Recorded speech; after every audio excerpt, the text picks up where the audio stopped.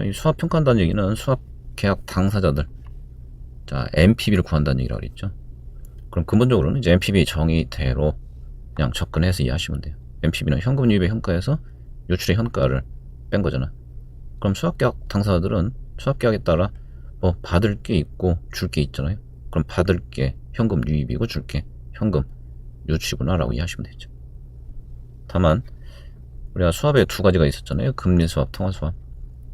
자, 두 개의 특성 차이 때문에 어떤 식으로 접근하는 게 좀 더 효과적이냐가 약간 달라요. 그래서 그 차이점들을 좀 비교하면서 정리할 수 있도록 그렇게 할게요. 자, 우선 금리수합. 자, 금리수합은 자, 이자만 교환하는 계약이잖아요. 그럼 금리수합 체결하게 되면 이제 받게 될 이자가 있고 줘야 될 이자가 있을 거 아니에요. 그러면 받는 게 뭐겠어? 받는 게 현금 유입액. 그래서 계의 현가. 주는 게 현금 유출액이죠. 현가. 이거 정산하면 되죠. 자, 다만 이렇게 하게 되면 받는 애 현가 따로, 주는 애 현가 따로 구해야 되니까 계산이 조금 번거로워요. 그러니까 어떻게 하는 게 좀 더 효과적이냐면 각 시점별 자, 받는 거하고 주는 거 이자를 먼저 정산한 다음에 그걸 한 방에 현가 구하는 게 조금 더 편해요. 그래서 금리수합은 이게 좀 편하다. 자, 그러면 이자 중에 하나는 금리수합이니까 고정금리일 테고 또 하나는 변동금리겠죠. 그럼 그 중에 고정금리 이자 금액은 뭐 크게 신경 쓸 건 없겠죠. 약속되는 원금에다가 고정금리 이자를 곱한 만큼의 자, 이자 금액을 주거나 받는다고 이해하시면 되고, 자, 이제 변동금리요. 변동금리는 대개 이제 수합평가 문제 시험에 나오면 미래 각 기간 동안에 이 현물 이자율 정보가 주어질 거예요.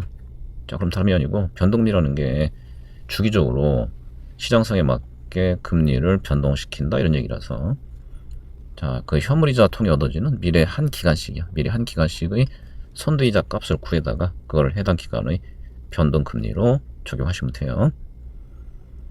자, 그래서 금리수합을 평가하는 가장 기본 논리는 요건데, 자, 밑에 방법 2라고 있죠. 자, 문제 조건에 따라서 그 특정 조건 하의 문제에서는 요 밑에 걸 쓰는 게 훨씬 간편할 수도 있어요. 다만 요거는 아무 때나 다 되는 건 아니에요. 자, 반드시 일정 조건이 성립해야 돼. 바로 금리수합 대상이 되는 이 채권의 원금 또는 액면가가 동일하다. 예를 들면 고정금리 금리 결정할 때의 원금 액면가하고 변동금리 금액 결정할 때의 원금 액면가가 똑같은 경우에 한해서 이제 이걸 적용할 수 있는 거예요. 금리수합이 원래는 이자만 교환하는 거니까 당연히 이자만 가지고 계산하는 게 맞겠죠. 하지만 계산상으로는 여기다가 여러분들이 원금을 집어 넣더라도 양쪽에 포함된 원금이 똑같다면 계산 과정에서 뭐 자동 상쇄가 될 거 아니겠어요. 그래서 이제 여기다 원금을 집어 넣은 상태로 첫 번째씩 현가를 구한다고 하면 그건 뭐가 될까요? 결국 채권 가치가 되는 거죠. 이자에다 원금까지 집어 넣어서 현가를 구하면 채권 가치가 되는 거 아니야. 그럼 원금이 들어갔다면 앞에 게 이자 받는 채권이야. 이자 받는 채권의 가치가 되는 거고, 뒤에 게 원금 들어가면 이자 주는 채권의 가치가 되는 거죠. 그럼 이게 왜 편할 수가 있냐면, 자, 여기서도 여전히 하나는 고정금리 채권, 하나는 변동금리 채권이잖아요. 그럼 고정금리 채권은 자, 여전히 고정금리 이자율 가지고 매년 이자 및 원금 파악에다가 걔의 현가를 구하면 돼요. 뭐 때문에 편한 거냐면 이 변동금리고 채권 때문에 편한 거예요. 이 변동금리 채권이 시장 상황에 맞게 자, 주기적으로 그냥 매년이라고 보면 돼. 매년 시장 상황에 맞게 자, 1년 경과하고 나면 그 시점 기준의 적정 이자로 금리를 다시 결정한다 이런 거거든요.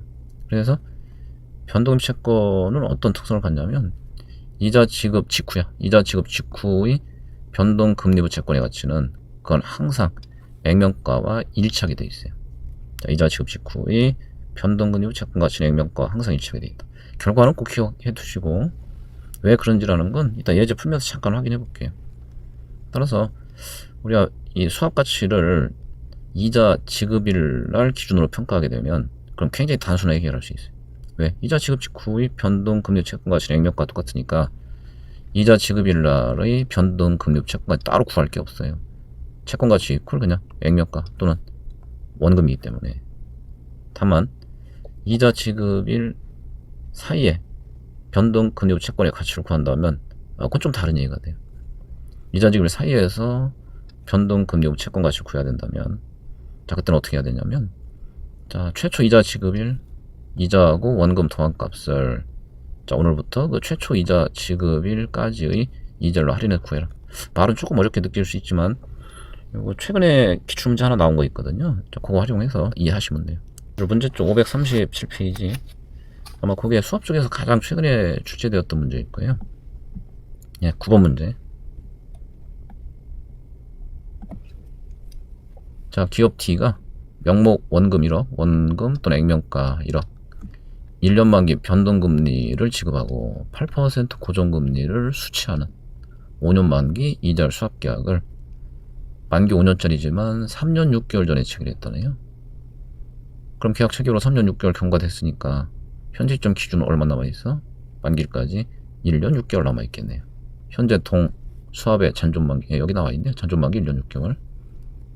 자, 이제 현재가치 계산으로 활용되는 6개월, 1년 6개월 만기 현물이자율 6개월 이자 연 10%, 1년 6개월 이자 연 11%, 그 다음에 직전 현금흐름 교환 시점에 1년 만기 변동금리 10.5%. 요 이자율들 잘 구분하셔야 돼요. 좀 이따가 이제 해설하면서 말씀드릴게요. 그럼 기업 D의 입장에서 이자율 수합계약의 현재 가치와 가장 가까운 것, NPV 구하라는 얘기죠. 단 현금흐름 기말에 연 1회 교환되고, 자, 이자율 기간 구조의 불평이 돼가서 이건 사실 뭐 문제 푸는데 별 상관없어요. 그 다음에 이제 아까 6개월 이자 연 10% 주어졌는데 그걸 실제 6개월치 현가 구할 때는 뭐가 필요해? 1.1, 0.5승분의 1이 필요해서 그 현가 개수를 준 거고, 마찬가지로 1년 6개월짜리 11% 기준의 현가 개수를 줬네요. 그러면 이거를 시간선상에서 조금만 설명을 드려보도록 할게요. 자, 현재 시점이 좀 언제가 되는 거냐면, 자, 현재 시점은, 자, 총 잔존만기 1년 6개월 남아있어요. 그럼 마지막 1.5년 후에 이제 최종 현금 흐름 주고받겠지. 그럼 이자는 매년이니까, 그럼 직전 이자는 언제 교환해요? 오늘로부터 6개월 후에, 0.5년 후에 이렇게 되는 거예요. 그래서 1년 6개월 남아있기 때문에 6개월 후에 이자 한번 교환하고 1년 6개월 후에 가서 마지막 이자 교환하는 거죠. 그러면 자, 오늘 기준 직전 이자가 지급된 시점은 언제일까요? 6개월 전이죠. 이렇게 되겠죠. 그래서 6개월 전에 이자 주고받았고, 오늘 기준 앞으로 6개월 후에 한번 주고받고 1년 6개월 후에 마지막 주고받으면 되는 거죠. 구조 이해되셨나요? 이건 이해됐어요? 자, 그러면 자, 이제 오늘 기준으로 볼 때 남아있는 현금 흐름이 두 번이죠. 그럼 이 문제는 뭐 두 가지 방법 다 가능은 해요. 채권 가치로 접근해도 되고, 그 다음에 현금 흐름 이자들만 정산해 접근하는 것도 가능하단 말이에요. 근데 아마 그 적용해보면 채권 가치로 접근하는 게 좀 더 편해요. 그럼 채권 가치로 접근한다면 우선 고정 금리 채권은 어떻게 될까? 고정 채권은 일단 요 6개월 후에 고정금리 이자, 그 다음에 1년 6개월 후에 원리금 이렇게 되겠죠. 볼까요? 원금 1억, 고정 8%야. 그럼 이자 얼마일까요? 800이죠.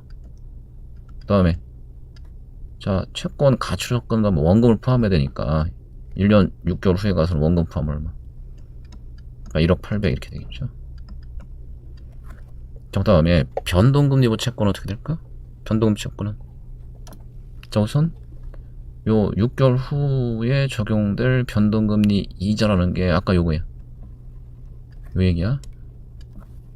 자, 변동금리는 이자 지급일마다 어떻게 한다? 시장 상황에 맞게 그 다음 적용할 이자를 변동 다시 결정한다 이거잖아요. 뭐라고 했어요? 직전 현금으로 교환 시점, 곧 요 시점이지. 요때 시장 상황을 보고 자, 결정한 자, 1년 동안 이자. 그럼 그 1년 동안 이자가 지급되는 시점이 결국 언제야? 바로 6개월 후 요거죠. 여기서부터 1년 동안 이자가 얼마로 결정됐다? 10.5% 결정됐다. 그럼 원금 1억에 대해서 자, 6개월 후에 주고받아야 될 변동금리 이자는 10.5% 1,050만원 되는 거예요. 1,050만원. 자, 그 다음에 자, 이제 1.5 시점에서는 뭐 얘를 따로 구한다면 어떻게 될까? 그럼 0.5부터 1.5 사이에 미래 선도이자 그거 통해서 이자 얼마인지 나와야 되고, 그 이자 나오면 거기에 원금 1억 이렇게 더해줘야 되죠. 이렇게 돼야 돼.